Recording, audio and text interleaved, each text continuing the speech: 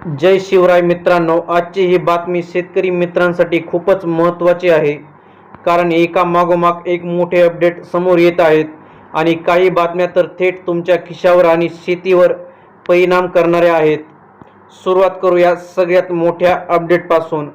राज्य मंत्रिमंडळ बैठकीत मोठा निर्णय घेतला गेला आहे.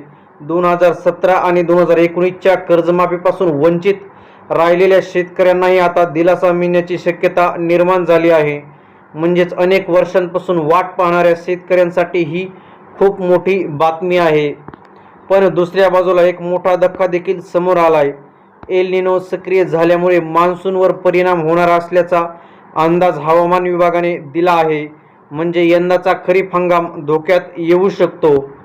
तर येथे पाहू शकता तुम्ही. आणि त्याच वेळी राज्यात पाण्याची परिस्थिती गंभीर होत चालली आहे. अनेक धरणांमध्ये फक्त 28% पाणी शिल्लक आहे.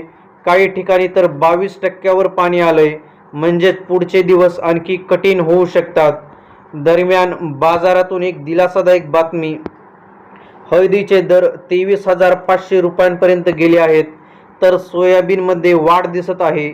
काही बाजारात 7,200 रुपयापर्यंत दर मिळतोय.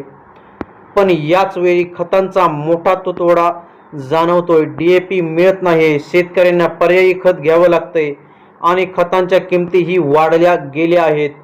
पीक कर्जाबाबत बोलायचं झालं तर राज्यात 687 कोटी रुपयांचं कर्ज वाटप झालं आहे. पण अजूनही अनेक शेतकरी कर्जापासून वंचित आहेत.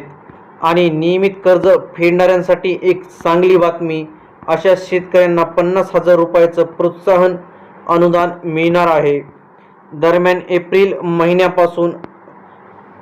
एप्रिल महिन्यातील नुकसानग्रस्त शेतकऱ्यांसाठी मदत जाहीर झाली असून ती रक्कम थेट खात्यात जमा होणार आहे. पण संकट इथेच थांबत नाही. राज्यातील 125 गावांमध्ये तीव्र टंचाई निर्माण झाली आहे. विहिरी, बोरवेल कोरड्या पडलेल्या आहेत. पावसाअभावी खरीप पेरणी लांबली आहे. शेतकरी आभाळाकडे डोळे लावून बसला आहे. आणखी एक महत्त्वाची सूचना. 30 जूनपूर्वी EKYC पूर्ण केली नाही तर PM किसानचा तुमचा हप्ता थांबू शकतो. तसंच वादळी पावसामुळे अनेक भागात केळी, आंबा, ऊस पिकांचं नुकसान झालेलं आहे. आणि सगळ्यात चिंतेची बाब म्हणजे कर्जमाफीच्या अटींमुळे अजूनही अनेक शेतकरी गोंधळात आहेत. काहींना अतिरिक्त रक्कम भरल्याशिवाय लाभ मिळणार नाही. तर हा व्हिडिओ तुम्हाला आवडला असेल तर व्हिडिओला लाईक करा आणि चॅनलवर नवीन असाल तर चॅनलला लगेच सबस्क्राईब करा. जय हिंद, जय महाराष्ट्र.